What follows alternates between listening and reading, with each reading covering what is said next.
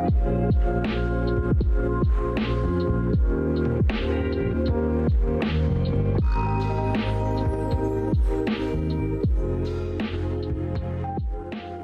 up, guys? This is the Personal Well-Being Podcast.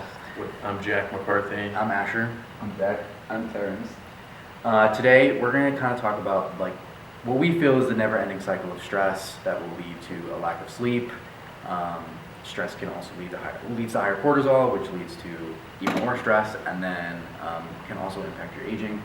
The reason why I want to talk about this is because we feel that, say you're in a stressful situation, you wake up late, we're going to be stressed throughout the day, and then you use your phone, which can cause more stress, and then you might get less sleep that night because you're on your phone more. And we want to kind of discuss that never-ending cycle of stress and how to kind of break that cycle. I'll take it over from here. All right, if you live with this guy, you're always stressed. Now, I know how I cope is I go on my phone and I scroll endlessly, and what that gives you is instant hits of dopamine rush. But that's fleeting, because 5 seconds after you get that Theo Vaughn TikTok where he tells a funny joke, or, just Bad Friends, you know that podcast? It's fleeting. You're going to feel like crap, because it sucks you into this, like, wanting these instant hits of dopamine, and it actually creates more stress in the long run. I agree. That you're trying to.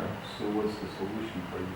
Solution for me, I don't know. In this hypothetical situation where I am a bad roommate, I'm terrible. what is your solution? What would you do to? How am I going to deal with the source of my stress? Right, the stress that Or you what should I do? Should I cope in a different way? Like go outside for a walk or something. Probably go outside, like maybe punch something. No. Imagine you. You'll probably go to the gym. Go to the gym, maybe work on my cartoon. Yeah, the punching Maybe bag. punch your bag. Yeah, that's My also cartoons, I do your cartoons. cartoons. Do some Find constructive. different outlets for your stress and creativity. So I think the best way to deal with that cycle is to do something that you like doing. Like for me, like soccer, going out, playing video games, things like that. I think can break the cycle pretty easily. I have a Do question. you think being stressed, though, prohibits or prevents you from doing those things? It could, but I think it has to be like something you just go out of your way to do. Like even if you don't want to do it, because when you're in the moment and you're doing it, you're gonna Right. feel better. Finding those things that give you joy is definitely a way to help. But I will agree that like part of the never-ending cycle is it's hard to do those fun things. So 'Cause the stress makes you depressed, and then you're so depressed you don't want to do the It fun can things. lead But to those then, things.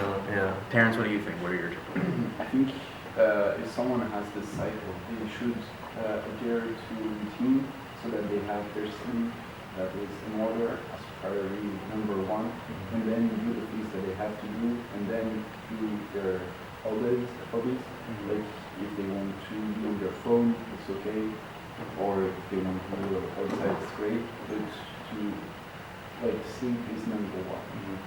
I agree. I mean, one thing we talked in this class, I don't know how much time we have left, but yeah. Cut that out, don't worry. I think like what Professor Kogan was saying was like making your bed every day can have a really big impact, because your bed is kind of your sanctuary. You walk into your room and it's dirty, you're probably more stressed out before you go to bed. So that's something that I've been trying to implement more often. I can actually agree with that because I have a pile of clothes on my bed right now, Yeah. and it does actually stress me. Yeah, out. So I definitely got a couple Right. of pairs of socks on my floor right now, for sure. So I agree with that for sure. Do you guys hit your REM sleep? No. Remember we were talking about REM sleep? Definitely not. No, me neither. I got 2 hours of sleep. Maybe last like night. maybe like an hour REM sleep. I don't know I how. think every night I get at least like 7 hours. Of sleep? Yeah. Or of REM sleep, imagine. Like 7 7 hours. Nah, isn't REM sleep like if you sleep for like 4 hours and then you're like in REM sleep? Is it for, 4? I'm not sure. I don't know if this is I thought it was on topic okay. enough. We were talking about REM sleep the other day. That's true. But I Doesn't think get it's like enough at least sleep. 7 hours I don't function. I'm not a morning person. I'm not a morning person either. I find it. We were talking about this too, and how like you sleep better when it's cold and when it's pitch black. My room, one, is not pitch black, and two, the weather has been so inconsistent that like I'll turn up the heat and then it'll be too hot in bed, and then I'll turn it down. Well, we live in the same house, so I don't know if you experience the same thing, but and then I wake up and it's too cold and I don't want to get out of bed because then I have to like, It's cold. yeah. Yeah, See, I leave the fan on, it gets cold, and I have a little heating pad to cuddle up with, so it's really, really very nice. I think that might be all we have to talk about We're today. timed out. But Guys, thank like, you so much for subscribe. joining into the podcast. Like and subscribe. Episode 3 soon. Yeah.